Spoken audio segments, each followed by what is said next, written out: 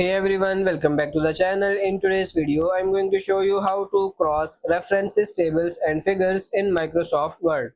It's really simple and easy. Open the Microsoft Word, simply right click on the table, then search for insert caption. If you don't find, simply search and find insert caption.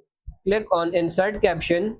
You will find this kind of screen pop up. In here, simply add your caption like the title you want and select table. Equation, figure or fig, simply select table, and in position of our selected items that has your caption. As you can see, I have added caption. If you want to add new labels, simply click on new label. If not, simply click on OK and you are good to go. So that's pretty much it for this video. That's how to cross reference tables and figures in Microsoft Word.